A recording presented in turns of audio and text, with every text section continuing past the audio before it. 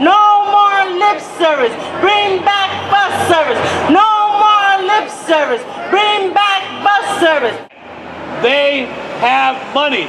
The governor gave them $40 million. They've spent 18. I can add, I used to be the comptroller of the city of New York.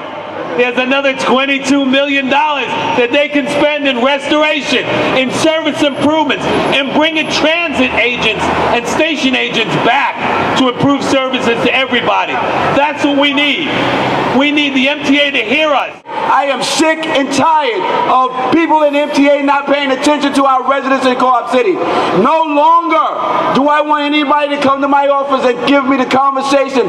And it's sad to say that my seniors have gone to the bathroom on themselves waiting for buses to be restored in Co-op City.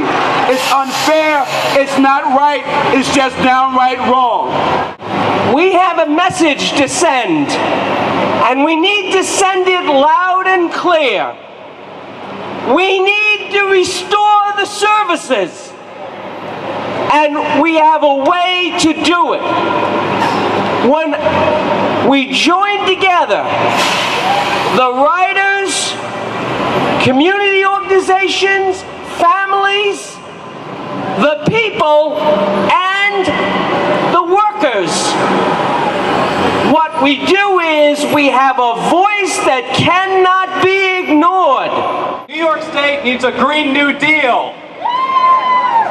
Back in 2010, when we should have been expanding transit services as part of a strategy to create jobs and fight climate change, they cut our services and hiked our fares. And for what? To pay back interest on debt owed to JP Morgan Chase and Citigroup and a bunch of banks that the 99% had just bailed out? It's a travesty. TWU Local 100 and communities in New York have organized to restore some of those services, and those victories are fantastic. But we must stay with them in that fight, because we're still paying interest on those debts to those big banks. And the next time that Wall Street drives our economy off of a cliff, you can be sure that those cutbacks and those fare hikes will return quicker than you can say, stand clear of the closing doors. We know that the funding was there this year, there was extra funding, we're grateful to it, but it doesn't mean anything if it doesn't get out into the system.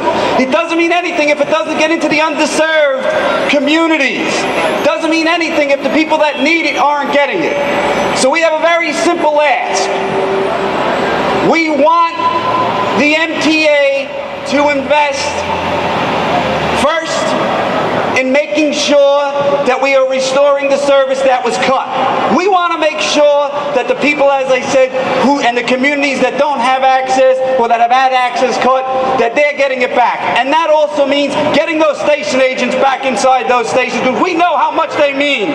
The bean counters that are sitting up there right now looking at us, those surveys go nowhere. What they have to do is put themselves into the shoes of ordinary, everyday, rank and file riders of the New York City transit system to find out what your needs are and what our needs are as residents of New York City, not what the needs are of the bean counters and the fiscal crunches up there at MTA headquarters.